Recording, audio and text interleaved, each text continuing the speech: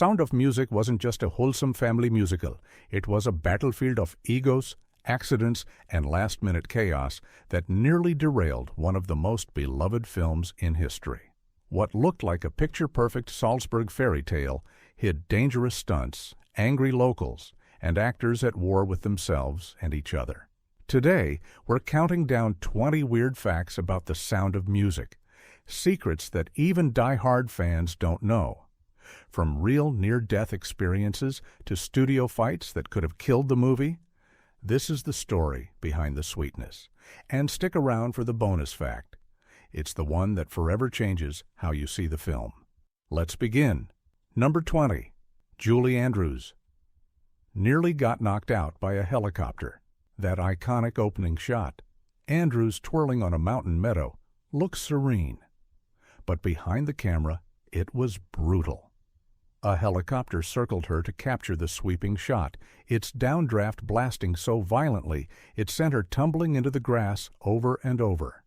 Andrews later admitted she kept landing flat on her face between takes. The turbulence also made it nearly impossible to keep her balance, forcing multiple takes in freezing alpine air. What audiences saw was joy.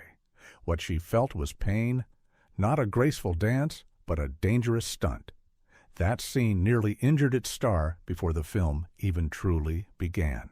Number 19. Christopher Plummer hated the movie. For generations, audiences adored Captain Von Trapp. Christopher Plummer, however, loathed playing him. He called the film The Sound of Mucus and resented being typecast as the stiff father figure. On set, he drowned his frustrations in alcohol, to the point where Andrews recalled his breath reeking of brandy during emotional scenes. Plummer later admitted he enjoyed filming in Salzburg but hated the saccharine tone. Not joyful music, but private misery. Ironically, his bitterness sharpened the performance. His icy distance made the captain's transformation all the more powerful. Number 18. Salzburg locals were furious at filming. Those charming Salzburg locations, they came with chaos. During filming, locals complained about blocked streets, constant noise, and the disruption of daily life. In one case, furious citizens hurled insults at the crew, angry that the famous Mirabelle Gardens had been commandeered for do-re-mi. Austrian authorities nearly shut down the production more than once. To Americans, the film looked like a postcard. To Austrians, it was a nuisance that overstayed its welcome. Not welcome applause, but bitter resentment. Ironically, today, Salzburg thrives on Sound of Music tourism, the very thing locals once despised. Number 17. The children vomited. During the boat scene, remember the Von Trapp kids tumbling into the lake when their boat capsizes? On screen, it's charming slapstick. In reality, it was chaos.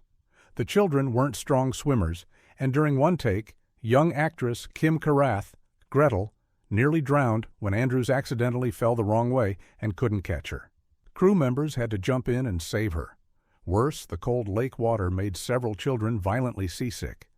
What looks like innocent fun nearly turned into tragedy. Not playful splashing, but a near disaster on camera. Number 16. Plummer's singing voice was dubbed Plummer, carried himself as the stern patriarch, but when it came time to sing Edelweiss, there was a problem. His deep baritone lacked the clarity the studio demanded. Instead, professional singer Bill Lee dubbed most of his songs. Plummer admitted later that he was relieved because he hated his own voice. Not the captain's heartfelt crooning, but a studio trick hidden in plain sight. Ironically, the dubbed performance became one of the most moving scenes in the film, proof that even cinematic lies can produce unforgettable truths. Number 15. Julie Andrews was a walking bruise. Maria looked effortlessly graceful on screen, but Andrews endured constant bruises and injuries. The mountain meadow scenes weren't soft grass, but rough, uneven ground. She slipped, twisted her ankles, and fell countless times while singing and running in heavy costumes. Even the children accidentally hurt her during playful scenes. Andrews later confessed that the cheery image of Maria hid the reality of aching muscles and purple welts. Not effortless joy, but painful endurance. Every smile came with a sting. Number 14. The Nazi flags sparked real panic in Salzburg. When the crew hung massive swastikas on Salzburg buildings for the Anschluss sequence, locals were horrified. For many, memories of the actual Nazi occupation were still raw. Some older residents wept, others shouted in protest, and one man reportedly threatened to tear down the banners with his bare hands. The production had to explain repeatedly that it was for filming, not a political rally. Not just a set decoration, but a ghostly reminder of war. What looked like a movie prop reawakened real trauma in the streets. Number 13. The Abbey was off limits inside. While the film features beautiful shots of Nonnberg Abbey's exterior, the nuns refused to let the crew film inside the real convent. They valued their privacy and daily rituals too highly. To solve the problem, 20th Century Fox built detailed interior sets on a Hollywood soundstage. Every staircase, every cloister corridor was recreated by hand. Not wholly authenticity, but cinematic illusion. Still, the deception worked so well that many audiences believed they were peering into the actual abbey where Maria once lived. Number 12. Liesl broke her ankle. Filming 16 going on 17. Charmian Carr, who played Liesl, had to dance across a slick gazebo floor with Rolf in 16 going on 17. During one rehearsal, she slipped and shattered her ankle. Rather than halt production, Carr pushed through with the help of painkillers and careful camera work to hide her limp. The number remains one of the most joyful in the film, but beneath the giggles was excruciating pain. Not youthful innocence, but professional sacrifice. Every twirl cost her agony. Number 11. Julie Andrews made the kids laugh off camera.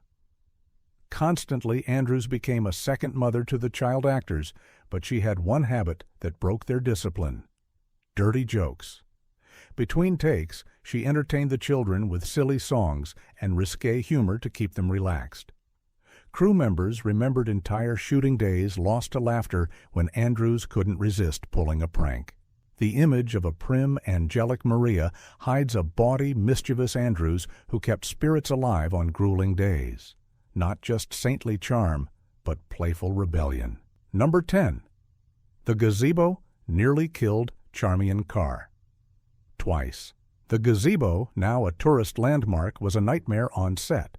First, Carr slipped on its slick floor and broke her ankle during 16 going on 17. Later, during the actual shoot, studio lights made the glass panes unbearably hot. Carr fainted mid-take, collapsing into the arms of a crew member. The idyllic romance scene could have ended with a hospital trip. Not tender courtship, but dangerous choreography. And before we head deeper, go ahead and like and subscribe, because the next 9 facts will make you see the sound of music in a way you never imagined. Number 9. Plummer drank so much, his scenes were a risk. Christopher Plummer's disdain for the film bled into his drinking. Castmates recall him slipping away for brandy before emotional scenes. He admitted later that he was often half in the bag while filming, especially in Salzburg's taverns after hours. The crew sometimes had to adjust call sheets because he showed up sluggish or unfocused. What audiences saw was a stern disciplinarian. What played out off camera was a man battling boredom with alcohol. Not sober authority, but a tipsy captain steering through take after take. Number 8. The real Maria von Trapp disapproved. The actual Maria von Trapp visited the set, but wasn't entirely pleased with her Hollywood counterpart. She found Andrews too gentle and insisted the real Maria was stricter and more fiery. In fact, Maria was known to discipline the children with harshness, something the film softened into playfulness. The contrast angered some members of the real family, who felt the movie sugar-coated their struggles. Not a faithful biography, but a polished fantasy. Still, the film's version eclipsed reality, cementing Andrews's gentle Maria as the one the world would forever remember. Number 7. The children grew restless and rebellious. Behind the curtain of family wholesomeness, the child actors often grew restless during long takes. Bored and mischievous, they played pranks on one another, spilled food on costumes, and even once locked a crew member in a trailer. Julie Andrews often had to step in, corralling them with games or gentle scolding. The perfect Von Trapp brood was really a group of energetic kids learning patience on a chaotic set. Not angelic obedience, but youthful rebellion, barely contained between takes. Number 6. Julie Andrews had to sing over cowbells. In the alpine meadows, recording clean sound was nearly impossible. Cowherds grazed nearby, and their bells clanged constantly during takes. Andrews was forced to repeat lines and songs, while crews begged local farmers for quiet. In the end, most dialogue and vocals had to be dubbed in post-production, erasing the soundscape of real Austria. Not the purity of live performance, but the trickery of looping studios in Los Angeles. The hills may have looked alive, but they sure didn't sound that way on set. Number 5. A thunderstorm destroyed. Sets overnight. While filming exteriors in Salzburg, the crew faced brutal weather. One night, a violent thunderstorm ripped through the area, flattening portions of outdoor sets, soaking costumes, and warping delicate equipment. Call sheets had to be rewritten, and days of filming were delayed while repairs were made. For a production already racing against budget and schedule, the storm was devastating. What audiences saw was pristine alpine sunshine. What the crew endured was Mother Nature's wrath. Not calm mountain beauty, but chaotic destruction behind the camera. Number 4. Julie Andrews almost didn't take the role. It's impossible to imagine The Sound of Music without Julie Andrews, yet she nearly passed. Coming off the success of Mary Poppins, she feared being typecast as a singing nanny. Andrews hesitated, worried her career would stagnate. Only after careful persuasion and the lure of Salzburg's locations did she agree. Not an easy yes, but a cautious gamble. That decision defined her career forever, but it almost never happened. Without her, the film might not have become the same timeless classic. Number 3. The Von Trapp Villa was a patchwork of locations. The elegant Von Trapp mansion looked seamless, but it was actually stitched together from multiple locations. Exteriors came from one Salzburg palace, the lakeside terrace from another, and interiors from Hollywood soundstages. Even the iconic ballroom was a studio invention. Viewers believe in one majestic home. In reality, it was a jigsaw puzzle of geography. Not one house, but many. The illusion worked so perfectly that even Salzburg tour guides today must remind fans the house never truly existed. Number 2. Critics initially mocked the movie. Despite its deemed later triumph, the film wasn't universally adored at release. Some critics dismissed it as overly sentimental, too sugary for serious cinema. The New York Times sneered at its kiddie appeal, and others feared audiences had grown tired of musicals. Yet against those dismissals, The Sound of Music became a global juggernaut, winning Best Picture and breaking box office records. Not instant praise, but skepticism turned to awe. Its commercial triumph silenced the critics and rewrote Hollywood's expectations for musicals. Number 1. The escape scene was historically wrong. The film's dramatic finale, the Von Trapps climbing over the Alps into Switzerland, is iconic. But in reality, the family fled by train to Italy, not on foot. Their escape was tense but far less cinematic. Historians point out that had they climbed the movie's mountains, they'd have ended up in Germany, not freedom. Not true history, but symbolic drama.